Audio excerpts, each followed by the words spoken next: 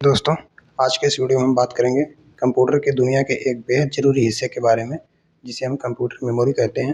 तो चाहे आप किसी एग्ज़ाम की तैयारी कर रहे हों या सिर्फ अपने टेक नॉलेज को बढ़ाना चाहते हो, तो यह वीडियो आपके लिए है। आज हम जीरो से शुरू करेंगे और डिजिटल स्टोरेज की हर बारीक जानकारी को बिल्कुल आसान शब्दों में समझेंगे। तो चलिए शुरू करते हैं। देख सकते हैं आज का टॉपिक क्या है, कंप्यूटर मेमोरी। तो चलिए एक-एक करके समझते हैं। तो इसमें देख लेते हैं कि हम वीडियो में क्या-क्या सीखने वाले हैं, क्या-क्या जानने वाले हैं। तो उसमें पहले ही क्लियर कर देता हूँ कि आगे बढ़ने से पहले एक बार जल्द से जल्द देख लेते हैं कि इस जो मास्टर क्लास होने वाली है, मास्टर क्लास क्या है, इसको मैं 2 पार्ट में बनाऊँगा। पहला पार्ट में अभी जितने टॉपिक आपको स्क्रीन पे दिख रहे हैं, इसके बारे में बात करूँगा। फिर जो अगला पार्ट होगा, उसके बारे में ये दिखा देता हूँ कि पाठ्यक्रम अवलोकन भाग 2, इसके बारे में डिस्कस करूँगा, जो पार्ट 2 रहेगा इसका। तो आगे पहले देख लेते हैं पार्ट 1 को कि इसमें हम क्या-क्या डिस्कस करेंगे। तो इसमें हम डिस्कस करेंगे कंप्यूटर की मेमोरी और उसका मेमोरी का वर्गीकरण क्या होता है, मतलब क्लासिफिकेशन क्या है, और प्राइमरी मेमोरी की परिभाषा क्या है, रोम, फर्मवेयर के बारे में, और रोम के प्रकार, और सिस्टम स्टार्टअप मतलब बायोस और पोस्ट के बारे में, शैडोइंग के बारे में, जो और रैम के बारे में, और रैम के जो कार्य हैं उनके बारे में। तो चलिए एक-एक करके शुरू करते हैं। तो पहला आता है नंबर, मेमोरी के मूल अवधारणाएँ। तो ये क्या चीज़ें हैं? तो पहले थोड़ा-सा ये समझ लेते हैं कि वीडियो को देखने के बाद आपको कंप्यूटर मेमोरी के लिए कहीं और जाने की ज़रूरत नहीं पड़ेगी। इससे बहुत आपका रिवीजन हो जाएगा एक तरीके से, आपने पहले भी पढ़ा हुआ है, तो एक तरह से आपका थ्योरेटिकल जो थ्योरी की तरह आपका एक रिवीजन हो जाएगा। तो आगे देखते हैं कंप्यूटर के मूल अवधारणाएँ। तो सबसे पहले जान लेते हैं कि मेमोरी होती क्या है। तो सीधे शब्दों में कहें तो मेमोरी जो कंप्यूटर की मेमोरी या हार्डवेयर पार्ट है, जिसमें हम हमारा डेटा या प्रोग्राम कंप्यूटर को दिए जाने वाले निर्देशों के कुछ समय के लिए हमेशा के लिए स्टोर होता है। देख सकते हैं यहाँ पर आप इसे बिल्कुल ही इंसान के दिमाग की तरह आप समझ सकते हैं। जैसे कि हमारा दिमाग सब कुछ याद रखता है, वैसे ही कंप्यूटर भी परफॉर्मेंस और उसकी स्पीड पर सब निर्भर करता है। तो उसकी मेमोरी का आकार भी गति करती है। कैसे देख सकते हैं मेमोरी क्या है। तो मेमोरी क्या है कि कंप्यूटर मेमोरी वह हार्डवेयर घटक है जिसका प्रयोग डेटा, प्रोग्राम, निर्देश मतलब इंस्ट्रक्शन को टेम्पोररी या परमानेंट स्टोर करने के लिए किया जाता है। किसका काम, किसका काम है, ये मेमोरी का काम है। संग्रह मतलब स्टोर क्या करता है, या बिल्कुल ही मानव मस्तिष्क के समान कार्य करती है, और कंप्यूटर के कुल प्रसंस्करण क्षमता और गति काफ़ी हद तक उसकी मेमोरी के आकार के गति पर निर्भर करती है। देख सकते हैं इस बारे में। आगे देखते हैं कंप्यूटर की मतलब मेमोरी की आवश्यकता क्यों है। तो आप सोच सकते हैं कि हमें इसकी ज़रूरत क्यों पड़ती है।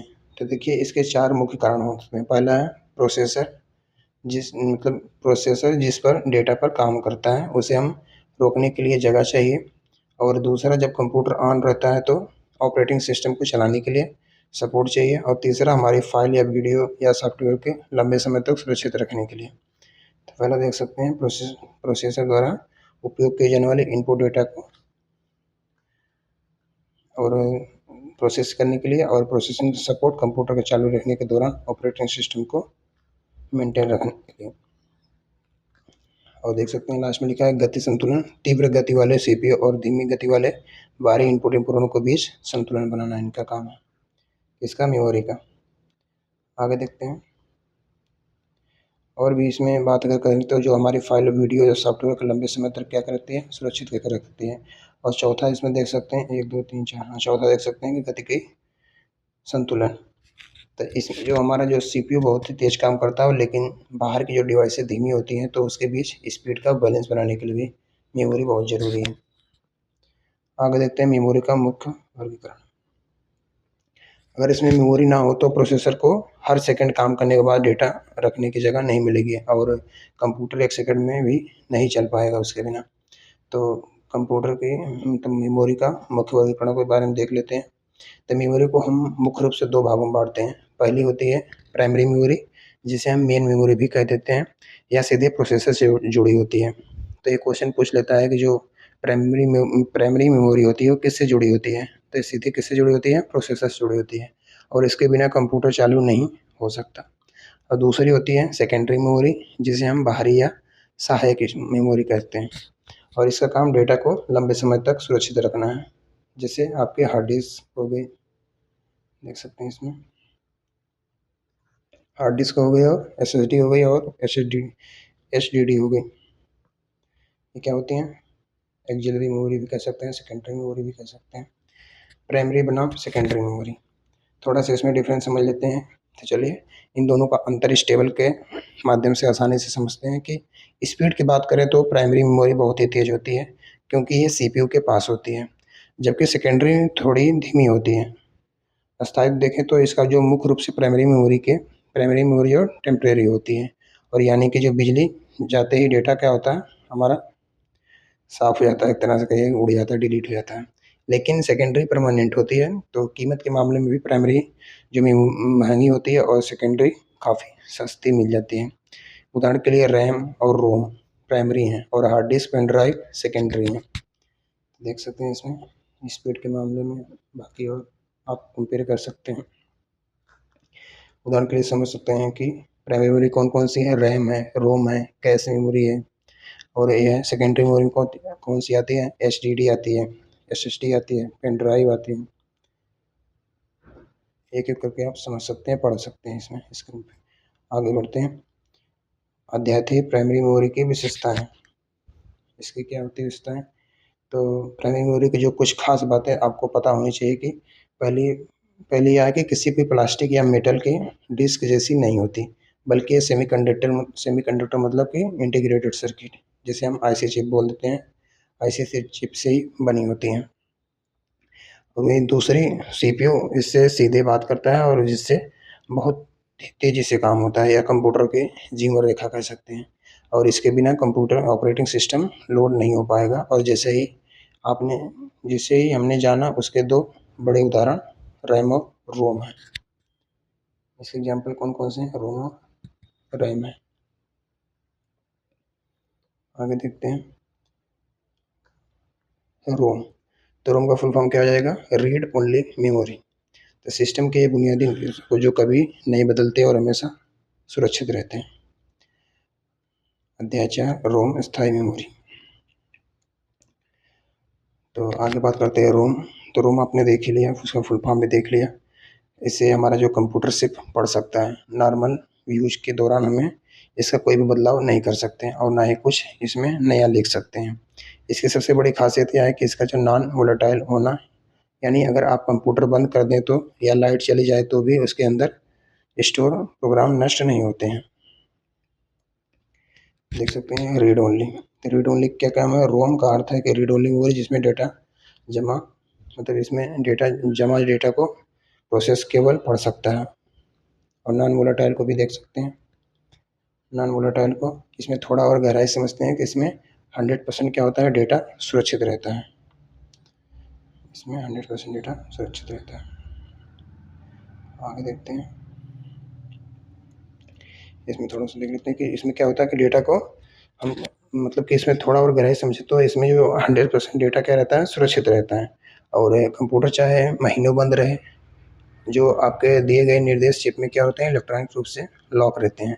और इसका इस्तेमाल कंप्यूटर को शुरू करने वाले बेसिक प्रोग्राम जैसे बूटस्ट्रैप लोडर को रखने के लिए किया जाता है। फ़ायदा यह है कि यूजर की किसी भी गलती या किसी भी वायरस के हमले से बेसिक प्रोग्राम हमेशा सुरक्षित रहते हैं। आगे बात करते हैं। तो यही वजह है कि जब आपका कंप्यूटर पूरी तरह से क्रैश भी हो जाता है तब भी ये क्या होता है कि स्क्रीन पे कुछ भी शुरुआती लाइनें दिखाई देती हैं, तो इसी को रोम की वजह से संभव हो पाता है। नॉन वोलेटाइल का सरल सिद्धांत देख सकते हैं, 100% सुरक्षा। इसके बारे में भी जो बताया वही ये सब लिखा हुआ है इसमें। आगे बढ़ते हैं। Rome and firmware. तो यह एक ऐसा टर्म आता है जिसमें फर्मवेयर का क्या होता है कि दरअसल जब कोई कंपनी या कोई हार्डवेयर जब बनाती है जब कोई कंपनी, तो वो बनते समय उसके अंदर कुछ ऐसे फिक्स सॉफ्टवेयर या प्रोग्राम डाल दिए जाते हैं। इसी हार्डवेयर और सॉफ्टवेयर की कॉम्बिनेशन को हम फर्मवेयर कहते हैं। या एक ऐसी बुनियादी नियमावली है जिससे कि वो डिवाइस पूरी तरह से ज़िंदगी भर नहीं भूलती। ये क्या होता है, जब डिज़ाइन होती है तो उसी समय क्या होता है, इसके अंदर प्रोग्राम इनबिल्ट किया जाता है। आगे देखते हैं रोम के व्यवहारिक उदाहरण। तो इसके एग्जांपल को समझ सकते हैं कि रोम सिर्फ कंप्यूटर में नहीं बल्कि हमारे घरों में भी होते हैं, जैसे वॉशिंग मशीन में कपड़े धोने की जो टाइमिंग फिक्स होती है, जो स्पिन स्पीड का जो फिक्स प्रोग्राम पहले से रोम में क्या होता है फीड होता है। अब माइक्रोवेव ओवन में देख लीजिए, तो माइक्रोवेव ओवन क्या होता है हीटिंग के समय और डिजिटल डिस्प्ले का क्या होता है उसमें कंट्रोल होता है। और उसी तरह टीवी रिमोट कंट्रोल भी कौन समझ सकते हैं, कौन या कौन सा बटन दबाने पर कौन सा इंफ्रारेड सिग्नल निकलेगा, ये सब इसके अंदर की जो रोम चिप होती है पहले से ही प्रोग्राम उस पर क्या होते हैं फिक्स होते हैं। तो इसका एग्जांपल आप देख सकते हैं कि जो ये डिवाइसें होती हैं, जैसे हमारी वॉशिंग मशीन हो गई और ये माइक्रोवेव हो गया और रिमोट हो गया, तो इसमें कौन सी मेमोरी लगी होती है, तो रोम होती है। जो बनाते समय क्या होता है इसमें सारा प्रोग्राम डाल दिया जाता है। रोम का पहला प्रकार तो पी रोम। तो आइए बात करते हैं रोम के जो टाइप हैं। तो पहला है पी रोम यानी programmable read only memory. Programmable read only memory, ये फुल फॉर्म कभी कभी पूछ लेता है। तो जब यह फैक्ट्री से बनकर आती है तो यह चिप बिल्कुल खाली होती है। फिर एक खास टूल की मदद से इसमें क्या होता है केवल एक बार डेटा लिखा लिखा सकता है, और एक बार लिख दिया तो उसे दोबारा कभी बदला या मिटाया नहीं जा सकता। किसमें, पी रोम में। इसका पूरा नाम देख सकते हैं, निर्माण के समय यह चिप पूरी तरह से ब्लैंक होती है। एक बार जो भी इसमें प्रोग्राम डाल दिया था वो कभी मिटता नहीं है, सिर्फ एक बार लिखा देख सकते हैं इसमें। आगे बढ़ते हैं। रोम के अंदर दूसरा पार्ट क्या आता है, ई रोम। तो पी रोम इसी कमी को दूर करने के लिए आया है ईपी रोम। ईपी रोम इसे बोलते हैं, ईपी रोम। तो ईपी रोम क्या होता है, erasable programmable read only memory. इसमें डेटा को मिटाया जा सकता है। कैसे, अगर इस चिप को ऊपर एक छोटी सी शीशे की वोल्टेज खिड़की होती है, जिसे खिड़की पर एक अल्ट्रा वायलेट किरणें डालकर पुराने डेटा को क्या करते हैं पूरा तरह से मिटाया जा सकता है, और फिर से इसमें एक क्या करते हैं नया प्रोग्राम को लिखा जा सकता है। किसमें, ईपी रोम में। तो रोम कितने हो गए, दो। एक हो गया पी रोम, एक हो गया ईपी रोम। अब इसको देख सकते हैं, पढ़ सकते हैं। अल्ट्रा वायलेट किरणें इसमें डालकर क्या करते हैं अंदर डेटा को पूरी तरह से मिटाया जा सकता है। फिर से इसमें क्यों कि इसमें नया प्रोग्राम लिखा जा सके। वहीं जब हम पी रोम देख रहे थे तो इसमें एक बार लिख दिया तो फिर क्या होता है मिटता नहीं है। इसमें क्या ऐसे हटता है अल्ट्रा वायलेट किरणें डाल के, अल्ट्रा वायलेट रे डाल के। आगे देखते हैं पी रोम का तीसरा प्रकार। तो तीसरा प्रकार क्या है, डबल ई पी रोम। तो डबल ई पी रोम का फुल फॉर्म क्या होता है, इलेक्ट्रिकल मतलब इलेक्ट्रिकली होता है इसका फुल फॉर्म। थोड़ा सा कन्फ्यूजन हो गया इसमें। Electrically erasable programmable read only memory, देख सकते हैं। यह सबसे क्या होता है आधुनिक और सुविधाजनक रोम होता है। विद्युत तरंगों द्वारा बदलाव, इसमें क्या होता है कि जो इसमें जो डेटा मिटाने के लिए किसी भी यूवी लाइट की जरूरत नहीं होती। इसे केवल विद्युत संकेतों मतलब इलेक्ट्रिक पल्स की मदद से कंप्यूटर के अंदर लगे लगे ही क्या होता है मिटाया और दोबारा प्रोग्राम लिखा जा सकता है। किसमें, डबल ई प्रोग्राम में। इसका पूरा नाम क्या होता है, electrically erasable programmable read only memory. आगे देखते हैं आधुनिक फ्लैश मेमोरी का आधार। तो इसमें देखते हैं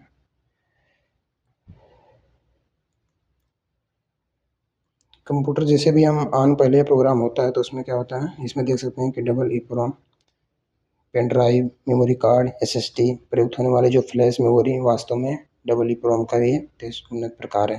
तो एग्जाम्पल में पूछ लिया जाता है कि जो हमारा पेन ड्राइव होता है कौन से रोम के अंतर्गत आता है, पी रोम या ई पी रोम या डबल ई प्रोम। तो ये किस में आता है, electrically erasable program read only memory में आता है। वहीं ब्लॉक लेवल इरेज, सामान्यतः डबल ई प्रोम क्या होता है, इसमें डेटा बाइट दर बाइट मिटता है, जबकि फ्लैश मेमोरी पूरी ब्लॉक को एक साथ मिटा सकती है, जिससे इसकी गति बहुत ही तेज हो जाती है। रीडाइटर क्षमता देख सकते हैं, आधुनिक फ्लैश मेमोरी चिप्स को लाखों बार रीराइट किया जा सकता है। आगे देखते हैं बूटिंग, बायोस और सिस्टम स्टार्टअप। तो कंप्यूटर ऑन होते ही सबसे पहले काम शुरू होता है किसका, बायोस का, जिसका पूरा नाम क्या है, बेसिक इनपुट आउटपुट सिस्टम। यह एक छोटा सा प्रोग्राम है जो मदरबोर्ड पर लगी एक रोम चिप में स्टोर रहता है। तो कभी क्वेश्चन पूछ लेता है बायोस किसके अंदर होता है, तो रोम चिप में स्टोर रहता है। तो यह कंप्यूटर का जो पहला मार्गदर्शक होता है, मतलब पहले ही ये सब कुछ चेक करता है कि जैसे ही कंप्यूटर चालू होता है तो प्रोसेसर जो सबसे पहले इसी बायोस प्रोग्राम को रन करता है और यह बताता है कि हार्ड डिस्क कहाँ और विंडोज कैसे लोड करना है। उसके अंदर का सारा लेखा जोखा वही देखता है। कौन? बायोस। पहले ये क्या होता है, पहले ये जैसे लाइट ऑन होती है पहले यही सबसे पहले यही प्रोग्राम चलता है, ये सारे पार्ट को चेक कर लेता है फटाफट। तो देख सकते हैं बायोस स्टार्टअप सिस्टम। तो कंप्यूटर ऑन होते सबसे पहले कौन शुरू होता है प्रोग्राम? बायोस का। इसी दौरान एक टेस्ट होता है, आगे देखते हैं। पोस्ट का पूरा नाम क्या है? Power on self test. तो इसी दौरान एक टेस्ट होता है जिसे पोस्ट यानी पावर ऑन सेल्फ टेस्ट कहते हैं। यह एक तरह का सुरक्षा जांच चक्र है या टेस्ट सुनिश्चित करता है कि जो कीबोर्ड है, रैम है, हार्ड ड्राइव है, ग्राफिक्स कार्ड है, सब सही से कनेक्टेड है या नहीं है और काम कर रहे हैं या नहीं। अगर कोई खराबी मिलती है तो कंप्यूटर मदरबोर्ड में विशेष स्पेशल वॉइस तक विशेष आवाज़ें यानी वीप कोड्स निकालता है। जब यह टेस्ट पास हो जाता है तभी कंप्यूटर आगे बूट होता है। देख सकते हैं इसमें सब कुछ लिखा हुआ है।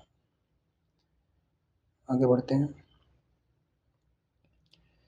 शैडोइंग की प्रक्रिया, इसके बारे में थोड़ा समझ लेते हैं। अगर कभी आप जान लीजिए कि अगर कभी आपका कंप्यूटर ऑन ना हो और सिर पे टी की आवाज़ करे तो समझ जाइए कि आपका पोस्ट टेस्ट फेल हो गया है। आमतौर पर रैम ढीली होने के कारण भी ऐसा होता है। अगला समझते हैं शैडोइंग की प्रक्रिया। यह एक बहुत ही दिलचस्प प्रोसेस होता है जिसे हम शैडोइंग कहते हैं। और दरअसल ये रोम चिप जैसे रैम की तुलना में काफ़ी धीमी गति से काम करता है और यह सीपीयू से सीधे रोम से निर्देश पढ़ता है, इंस्ट्रक्शन पढ़ता है, तो सिस्टम बहुत ही स्लो चलेगा। इसलिए बूटिंग के समय जो बायोस के जरूरी निर्देशों को रोम से उठाकर सीधे रैम एक सुरक्षित जगह पर कॉपी कर दिया जाता है। इसी कॉपी करने की प्रक्रिया को हम शैडोइंग कहते हैं ताकि प्रोसेसर तेज़ी से काम कर सके। इसे छोटा सा समझ सकते हैं आपके रोम चिप सेमीकंडक्टर होने के बावजूद रैम की तुलना काफ़ी धीमी गति से काम करता है। अगर सीपीयू और सीधे रोम से निर्देश पढ़ेंगे तो सिस्टम बहुत धीमा चलेगा। आपने सारी चीज़ें पहले भी आपने कभी न कभी सारी पढ़ी हुई होगी, तो आप एक तरह से रिविजन कर सकते हैं। आगे देखते हैं रैम, रैंडम एक्सेस मेमोरी। तो अब आ गए हम सेक्शन 4 पे और बात करते हैं कंप्यूटर के सबसे मुख्य और गतिशील कार्यस्थल के बारे में यानी रैम के बारे में। तो रैम का पूरा नाम क्या होता है? Random access memory. Random access memory. तो आज तक यहीं रहने देते हैं, उससे अगले पार्ट में कवर कर लेंगे। तो दोस्तों आज ये वीडियो थी, आज तक यहीं तक करते हैं। मिलते हैं अगले वीडियो में, अगले पार्ट में। Thank you.